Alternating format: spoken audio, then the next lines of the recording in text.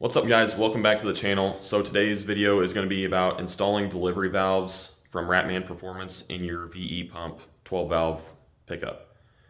Based off these last few videos I've done with this video series with me and Andy, we've mentioned the delivery valves a lot and you guys have been commenting asking if there's a video of how to install them. I'm assuming that this is because you guys want to see how hard the install is so you know if you should order them or not, since the price per horsepower is so phenomenal with these. So Evan made a video on a customer's truck that, like, the customer brought the truck to him, he dialed it in and installed these delivery valves obviously in that process. So I'm going to send you up to Indiana to Mr. Evan Ratcliff and show you guys how to install delivery valves in your VE truck. And yeah, they are $250 on ratmanperformance.com. If you guys have seen any of my stuff in the past, you know that the price per horsepower is ridiculous.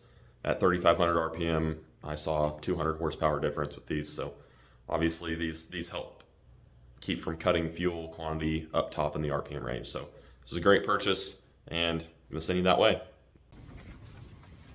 Well, I found myself installing delivery valves on this truck, so I figured I would explain the process. Just remove your throttle bracket assembly, get it out of the way, take your injector lines off.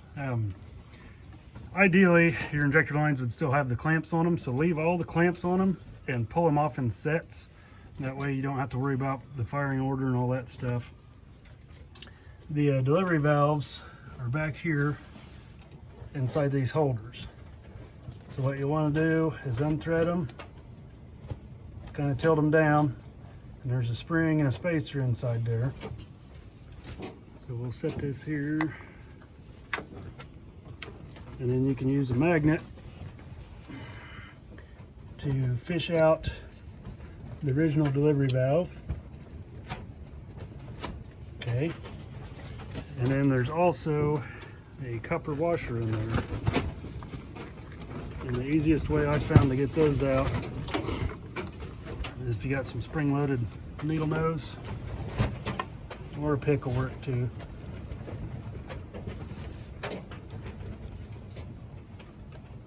And just like that.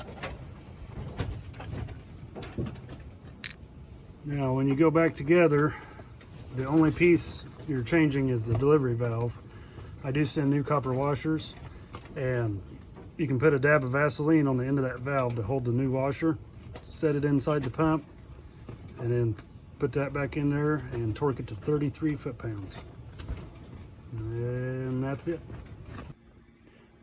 So we've moved into the shop here so you can get a little bit better look at it.